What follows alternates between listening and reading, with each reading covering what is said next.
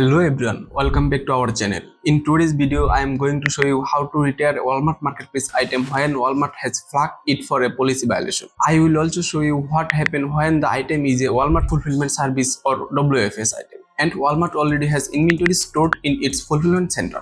So let's go directly into Walmart seller center and I will show you the complete process. First, log in into your Walmart Seller Center. From the left hand menu, go to WFS and then select inventory. This page shows the product and inventory currently being managed through Walmart Fulfillment Services. Next, find the item that you want to return. You can use the search box to find the product using its SKU or other available item information. Once you find the product, make sure you are working to correct item before taking any action. Once you have found the correct item, go to the Manage Item section. Click the three-dot menu to see the available action.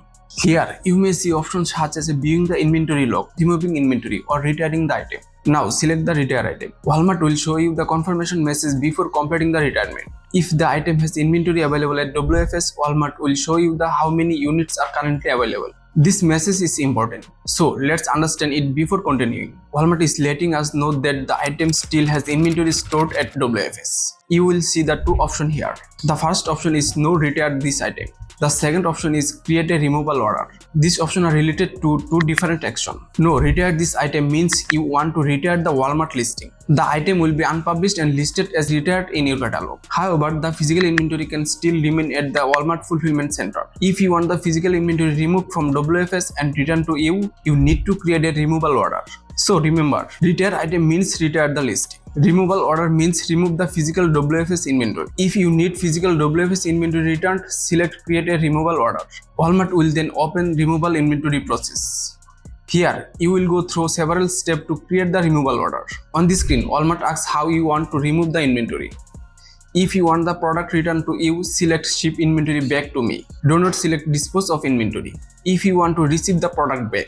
After selecting the shipping method, Walmart will ask you to select a return address. Keep in mind that Walmart only allows verified address for inventory removals. Select the correct approved address from the available list. If the address you need is not available, you may need to have that address added and verified in Seller Center before continuing. Finally, review all the removal order information carefully. Check the item, quantity, removal method, return address, and any applicable charges. Once everything is correct, submit the removal order. Walmart will then process the removal according to the selected method.